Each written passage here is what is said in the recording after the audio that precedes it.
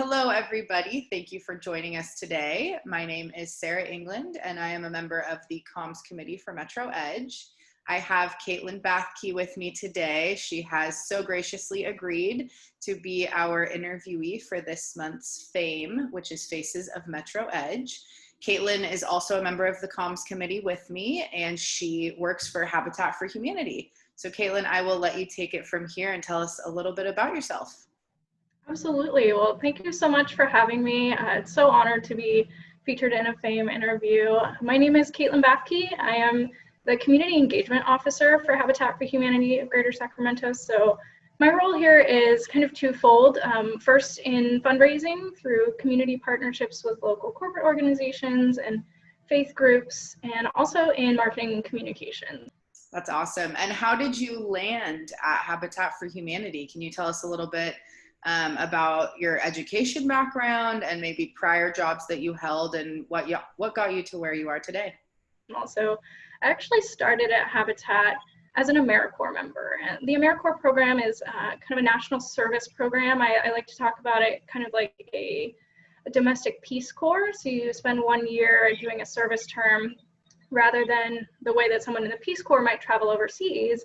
AmeriCorps is here at service in America, whether in nonprofits, low-income schools, things like that. And so I came to Habitat as an AmeriCorps member, as our volunteer coordinator, and served one service term a couple of years ago, and then came on staff in my current role just almost exactly 2 years ago in 2018.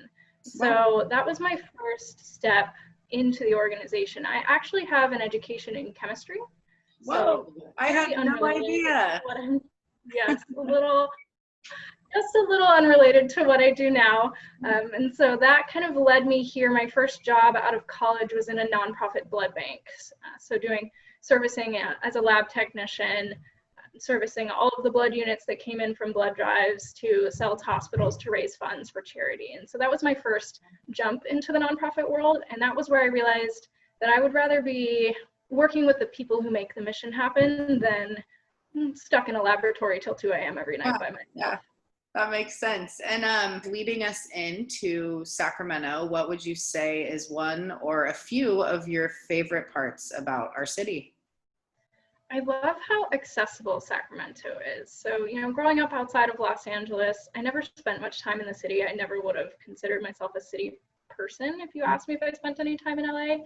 And when I first moved to Sacramento, I moved into Midtown, and I don't live there anymore. I'm out in Arden in the burbs now, but I spent about 2 years in Midtown, and just the fact that you can walk the whole grid in about half an hour, and there's bars and there's restaurants and there's so much lively action happening, farmers markets on the weekends, and just so much activity, and that it's so accessible, even though it's a big economic center and it's where our local government operates.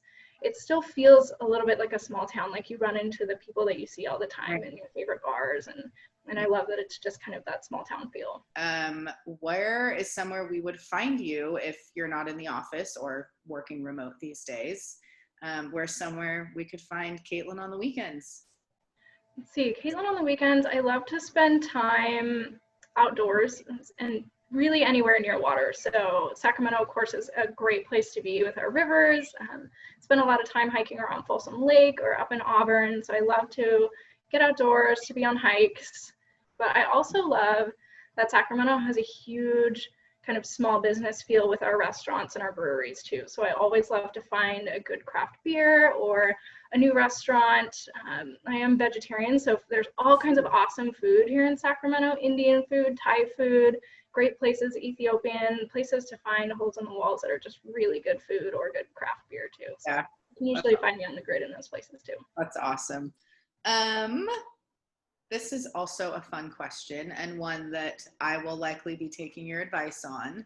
What would be some advice that you would have for a young professional, just starting their career or looking for a career similar to yours with community engagement being the focus? What's some advice you might have for us?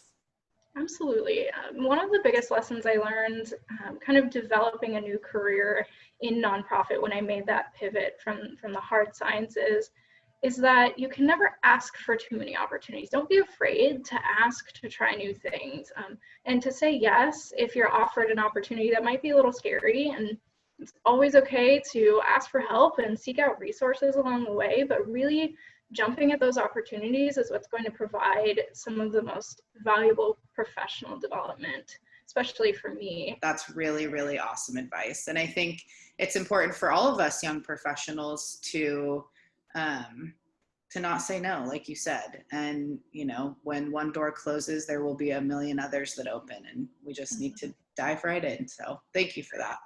Yeah. My last question, formal question for you would be, how has Metro Edge enhanced your resume, and what have you been able to take away from being involved in Metro Edge?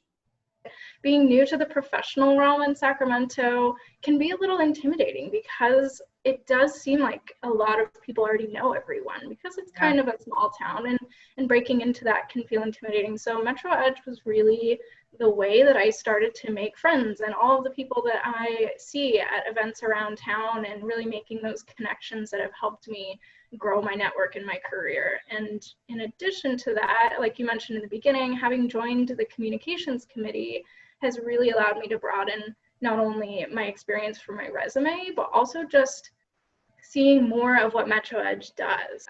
Yeah, definitely. And, you know, I would say I'm quasi new to Metro Edge, being that it's been 6.5 months now.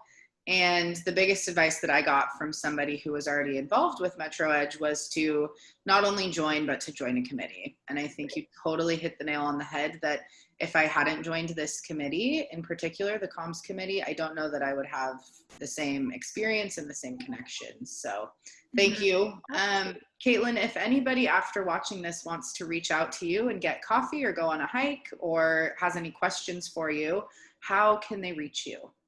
Absolutely. So feel free to reach out. My direct email is my first initial and last name, so K Bathke, that's Bathke, at habitatgreatersac.org. Or feel free to find me on LinkedIn, connect with me there. Would love to help expand your network and mine on LinkedIn as well. Awesome. And Kaitlyn, thank you so much for being here. And for everybody watching, thank you for joining us today. And please keep a lookout for our next WOW interview shortly. Thank you.